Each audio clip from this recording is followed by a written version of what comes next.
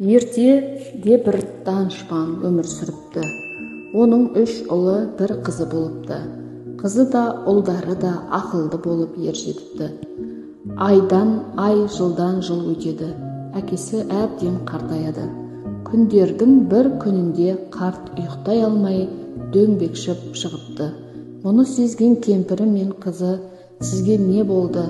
Бір жеріңіз ауырып жүр ме? Жоқ, әлде алыстан жүрген балаларыңызды сағынып жүрсіз бе?" дейді. "Я, сағындым.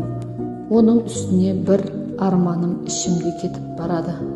Сонда қыз әкесінің алдына келіп: "Арманыңызды айтыңыз, мүмкін көмегіміз тиіп қалар" дейді. Қарт: "Ешқандай құпия жоқ. Менің 3 ұлымның 3-еуі де ақылды. Бірақ біреуінің ақылы артығырақ болуға тиісті. Менің арманым соны білу" депті. Қыз сәл ойланып: "Ой, ата, соған да қиналасыз ба? Қыдырып барып, балаларыңызды сынап келіңіз" дейді. Қыз бен кемпір жол қамын кіріседі. Олар азығын, сусынын дайындап, атын ерттеп, қартты жолға салып жібереді. Аз жүрді ме, көп жүрді ме, кім білсін, бір күні қарт үлкен ұлына жетеді. Баласы зор құрметпен қарсы алып, қолынан келгенше сыйлайды. 2-3 күн жатып, мауқын басып, 4-ші күні қайтпақшы болады. Баласы тағы да қой алдырып сойғызады. Тамақ піседі, етін қазаннан түсіріп қойып, нанын салып жатқанда қарт баласына қарап: "Қарағым, ана етіңді жақсы жерінен бір кесіп берші" дейді.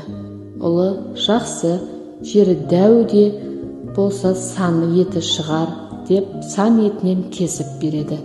Әкесі аздап ауыз тиеді. "Балам, енді жаман жерінен бір кесіп берші" дейді. "Еттің де жаман жері бола ма?" деп ұлы сәл ойланып тұрып: "Жаман жері деген тіс өтпейтін сіңір шығар" деп сіңір кесіп береді. Әкесі сіңірден де ауыз тиеді. Артынша ас та келеді.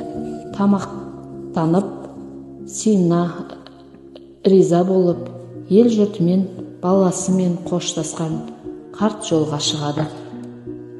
Данышпан жүріп отырып 2-ші ұлына келеді. 2-ші ұлы да зор құрметпен қарсы алып сыйлайды. Әкесі қайтар күні 1-ші ұлына қойған сұрағын қояды. 2-ші ұлы да 1-ші ұлының істегенін қайталайды. 2-ші ұлына да риза болып қарт қайтады.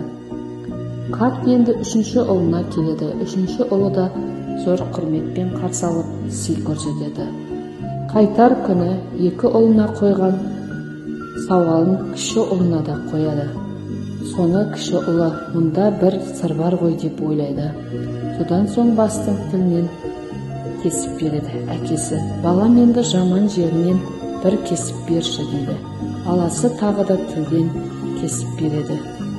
Сонда әкесі: "Балам, мұның қалай жақсы жерінен кесіп бер десем, тілінен кесіп бердің, жаман жерінен кесіп бер десем, тілінен кесіп бердің." Сонда баласы: "Ой, атай, сіздің сынап отырғаныңызды біліп тұрмын. Жақсы да, жаман да, ұрыс та, керіс те, өсек те, бәрі де осы тілден шығады. 2 ел ауызға, 4 елі қақпақ дегендей, әр адамның өз тіліне сақ болса, еш уақытта ұрыс керіс болмайды. Басқа пәле тілден" деген екен. Қарт 3-ші ұлының ақылына өте риза болып қайтады.